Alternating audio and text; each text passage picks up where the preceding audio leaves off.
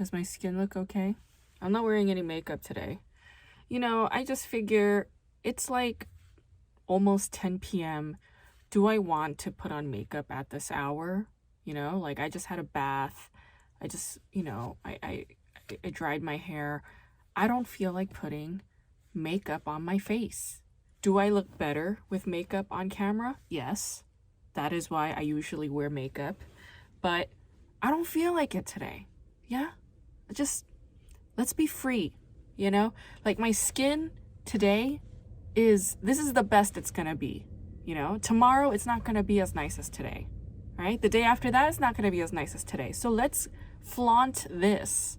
Because I know in 30 years, I'm going to be looking at this face with no makeup and be like, wow, her skin is so fucking nice. Yeah. Like, that's the thing about losing weight is like, your wrinkles are a lot more defined. Yeah, you could just see your wrinkles a lot more. You can see your skin aging as you lose weight. It's a wild and wacky thing, Like that's the upside to chubbing up is that you are going to look youthful. That's the thing, yes. Stay chubby because your skin is gorgeous. It's just, yeah. Today's show is Summer Strike. It's a 2022 K-drama series developed for Genie TV, which is a streaming service that a Korean telecom company developed. KT is the telecom company. KT is it's like a T-Mobile, but in Korea. Summer Strike was originally a webtoon, and it was written by Chu Young-hyun, and that got adapted for the small screen by Hong Moon-pyo and Yi Yoon-jung. And they also directed this show together. I'm not too familiar with who Hong Moon-pyo is, but Yoon-jung is very famous. She is one of the very few and rare K-drama directors in South Korea. And I think she went to Columbia University to get her MFA. Yeah, I think that is true because at the time when I was living in New York, I remember being friends with a bunch of Columbia University film MFAs, and they were like, oh, Yoon-jung is also at our school. I was like, oh, that's really cool. Anyway, she directed this K-drama series that many of you have probably seen called Coffee Prince, which came out in 2007. And it starred Yoon Eun-hae and Gong Yoo, one of her best works and one of the most famous K-dramas ever. Yeah. She also directed Cheese in the Trap, which I've seen a bunch of years ago. I did not realize that she directed it, but makes sense. That's an interesting show. I don't think I've covered that one yet. I sometimes complain about shows being a little too long, right? Like I was like, oh, some of these shows could be 16 episodes instead of 18. Some of these shows could be 12 episodes instead of 16. And I'll also say that if a show is 12 episodes instead of 16 or 20, I'm usually suspect that the ratings were very low and that the production cost or its budget was cut down because sponsors were pulling out. But this is an interesting case because it's not for TV broadcasting or narrowcasting. This is for online streaming. And I'm wondering do sponsors also keep track of online streaming numbers and ads and things like that? I wonder. I don't know the details, but I assume so.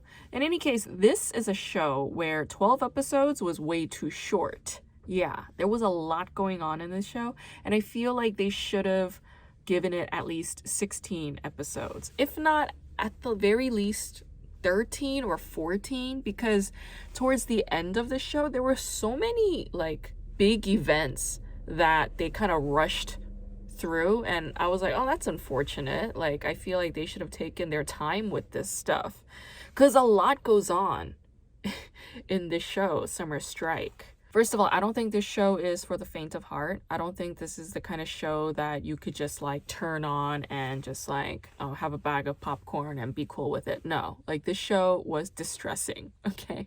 But productively distressing. I was crying a lot and I was questioning things, the show inspired a bunch of emotions in me. So it's a productive experience, but I'm just letting you know, it's a melodrama. Yeah, it is intensely very much a melodrama. Seolhyun is a K-pop idol from the girl group AOA, and she's a fantastic actress. I don't think she's like one of these domineering, overbearing types on screen. She folds very nicely into the background somehow, even though she's a protagonist. Yeah. But with all that said, I think she also has excellent control. Like when she's delivering difficult emotions, she does it in a very unique fashion. And I don't really see a lot of actresses, especially K-pop stars who became actresses, really tap into that so successfully. But she's really great with that. I also really love her sense of humor. Yeah, like you all know how much I appreciate humor, and Seolhyun is an excellent comedian. Yeah, like there are these scenes where she's like, you know, drunk and acting out. And by the way, this character's drunk behavior is like super toxic. Like she should not be drinking at all. But anyway, she was hilarious in some of these moments and very creative with some of her choices. So I appreciated that. I thought she was great. The show has a lot of big trauma, or big T. Yeoreum is harassed at the office that she's working at. Her supervisor is a menace. He screams at her. He curses at her. He berates her. He physically assaults her. He sexually assaults her. He's all kinds of, dude, what the fuck? And she also has colleagues who cut her down. And she's also in a relationship with a boyfriend who is emotionally negligent. And her father's dead. She like has a mother and she has an older brother. Her older brother's married and has a kid. Her mom dies one day. Like very suddenly, very tragically. Like so much, you know, abandonment, loss, tragedy. It sucks, okay? But Yeoreum quits her job. She quits her job at that dead-end office and she leaves Seoul. She's like, I'm done with Seoul. I'm gonna go to some rural bumfuck area. And that's what she does. And I was just like, good for you. Like, you're my hero. Yes, more people should do this. All right? Absolutely. If you hate your job, quit. That's it. Bottom line. Like, nobody wants to hear you complain. Just quit. It's okay. I love the way that Yeoreum journals. Some of her monologues are these like journal entries that she's writing to her mother. You know, she's like, oh, dear mom, like today I went and bought this and this and this. And I was just thinking like, oh, that's like a really lovely, you know, mode of storytelling. And it's also kind of informing viewers on like what you can do that is helpful and therapeutic. Like when you have these internal monologues, and we all do, right? Like we all have an internal monologue in our heads. Why not speak to a loved one? Yeah, like a parent, or you know, for a lot of people, parents are tricky. Like a pet, you know. I think people who live with pets just have a leg up because they always have an object of affection and love in their house with them at all times. Yeah, so I'm just like, yeah, like think of an animal that you love, or I don't know, like people have all different kinds of like figures that they hold in their minds, yeah? But I was like, a pet's good, you know? Like in this case, and Yeoreum's case, it's her dead mother, and I thought that was very sweet. I was very moved by so many different aspects of this show, especially the character Pom, who is this teenager, high school girl who comes from severe family dysfunction, and Yeoreum and Pom become good friends. She comes from just utter tragedy. Like her mom abandoned her and her younger brother. So Pom is raised by her paternal grandmother, and Pom's father is an alcoholic, like a severe alcoholic, and he's abusive. Pom is bullied by other high school kids, but these bullies, like, it's not just like, you know, bad mouthing or name calling. I mean, they beat the shit out of her. Yeah. And she fights back, like, to the teeth.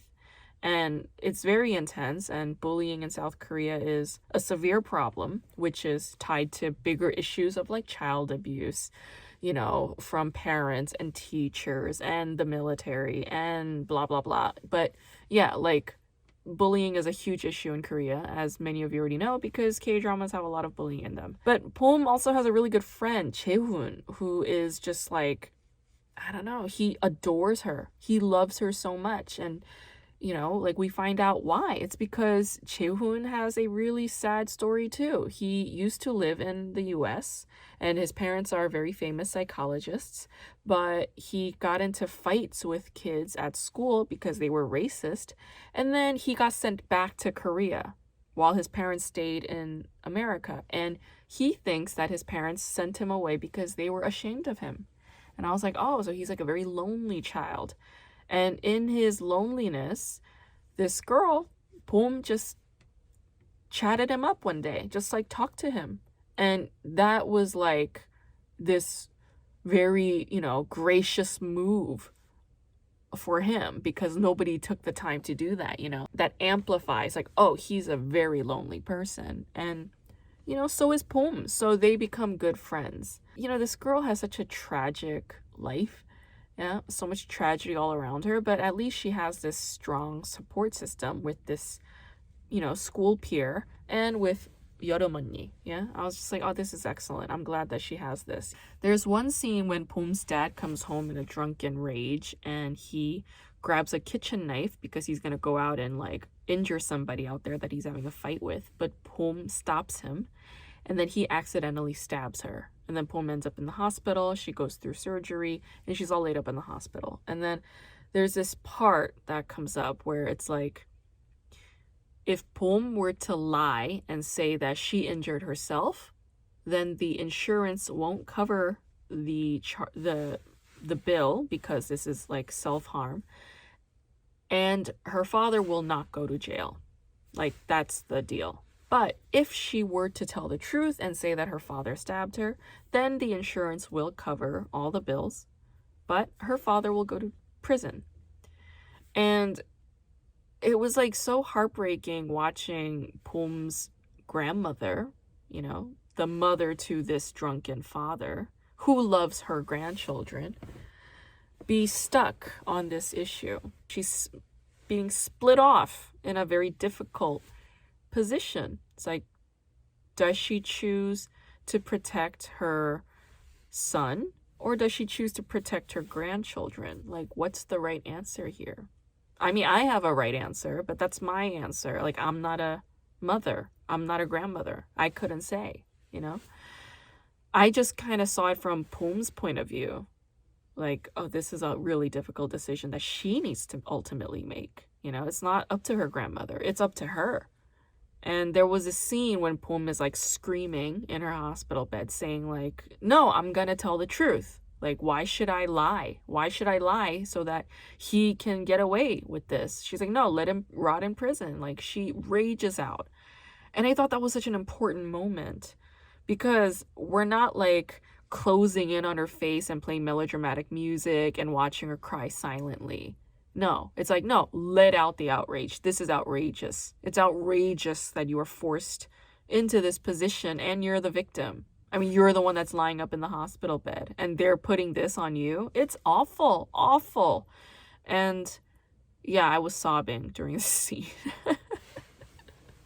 It was also really heartbreaking when Boom tells, Yoram that her most painful memory is of her father when he was doing well, like when he was not drinking and when they were younger, and he would come home and the kids would be excited and he would bring back toys and like food and like he was being so loving, right? And because she has this memory of him being so kind and warm and loving, like a loving image of a father that she holds in her mind, and it conflicts so harshly with the father that he is in her present day, this drunk and violent and abusive, good for nothing. And it breaks her heart, holding this conflicted image of her father in her mind, just as much as it breaks the old lady's heart, who has the same.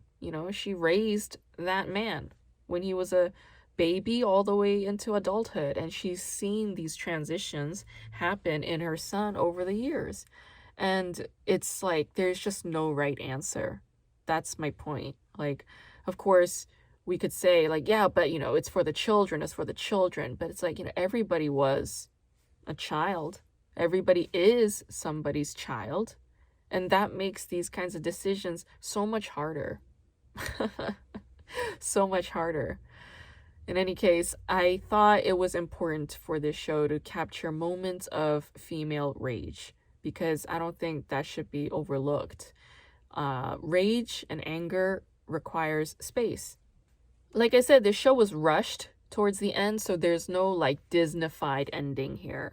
Like, not everything is all settled and calm, okay? Like, there's still some knots in the end. But I think that's what makes this show, respectable. Yeah, like, I can respect this show because it's like, look, there are moments where things look like utter crap. There are moments where things look amazing. But we're always in a cycle. It's always going to go from up, down to sideways to something new.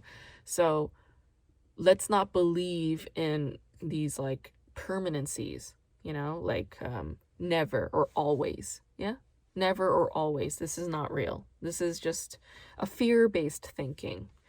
And it doesn't serve us. I thought Taebum's character was fascinating. He's a very gifted physicist, and when he was in college, he had a mental breakdown because he and his environment pushed him a little too far.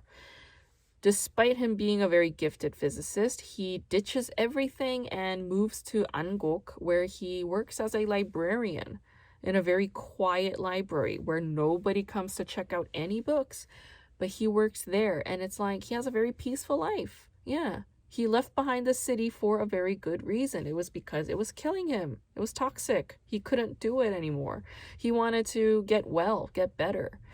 And so this show does ask this question, like the hustle and bustle, the hyper competitiveness, the speed, the adrenaline, the ambition, drive, motivation to climb to the highest peaks, like is that the way to live? Or does this kind of life where it's like slow paced and rural and quiet and quaint and everybody's all up in your business, like, is this also a form of meaningful living? And here again, there's no right answer because people who lived in the hustle and bustle of the city are the ones that have an appreciation for the quiet rural area. And the people from the rural areas are the ones that want to go into the hustle and bustle of the city and try their hand at becoming this ambitious and driven being to reach the tops.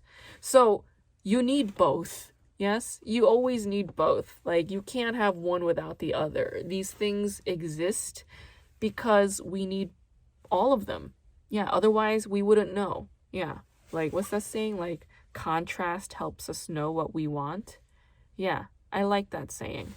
I did notice that there's a pattern of turning a lot of these like quaint, rural, small town TV shows into a thriller, noir horror thing, right? Like there's like a murder mystery thing going on. It's like, what's with that? Because in when the camellia blooms, they do the same thing. And I'm like, what's with these like, women killers in these quaint rural areas? And I don't know, just the only thing that comes to mind right now is that back in the 80s, there was a serial killer in a rural quaint area. And it was like the first serial killer in South Korea ever documented. And yeah, like that haunting, I think is kind of burned into the South Korean psyche, this like murderer. And that murderer back then was also like, he targeted women. And yeah, there's just something about that memory, I think, that makes people associate these small, quaint rural towns with both nostalgia and love and sweetness, but also with a tinge of fear. Like, this is where the police are pretty lax. And this is where bad things could potentially happen. So yeah, it's like interesting how that haunting exists in there.